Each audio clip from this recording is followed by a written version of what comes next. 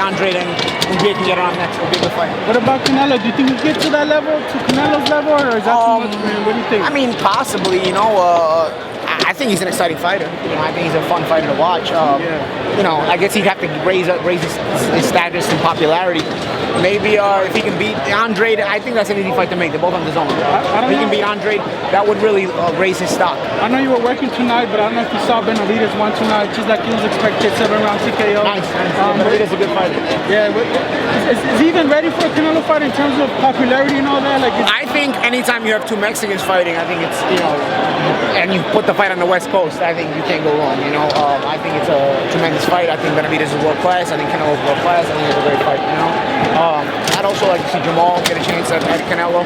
I don't really buy into the whole making Canelo constantly go up in weight. I think you put him at risk too much. Not to say he can't win when he goes up in weight, but we don't play boxing, so you'll start to ask a lot of somebody.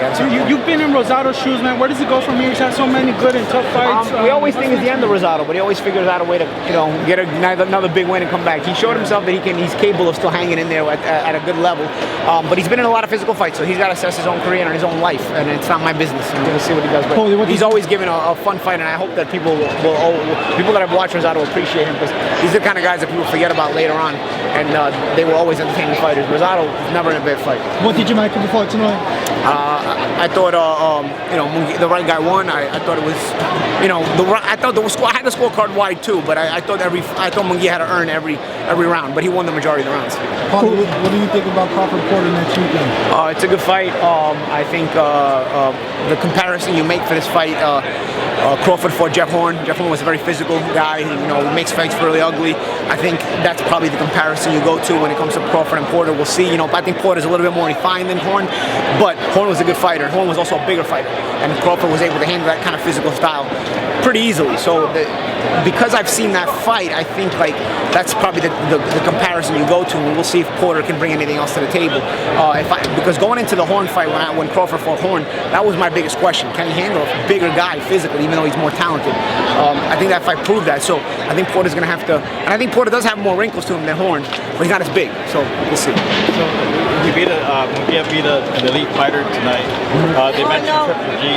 If Triple G is successful and victorious in December, do you think that would be the fight? Yeah, it's possible. I think it's possible. I think Andre is possible as well. I don't know, man. Triple G still looks dangerous, man. I don't know. He is hard. I don't know if you can get hit like that from Triple G. Munguia is a fun fighter to watch. He's also not old, so I don't know why you rush that. Golovkin is older, but he's still dangerous based on the last fight I saw him. So I don't know, man. I think it's interesting. Thank you, Paulie. I lost my guy.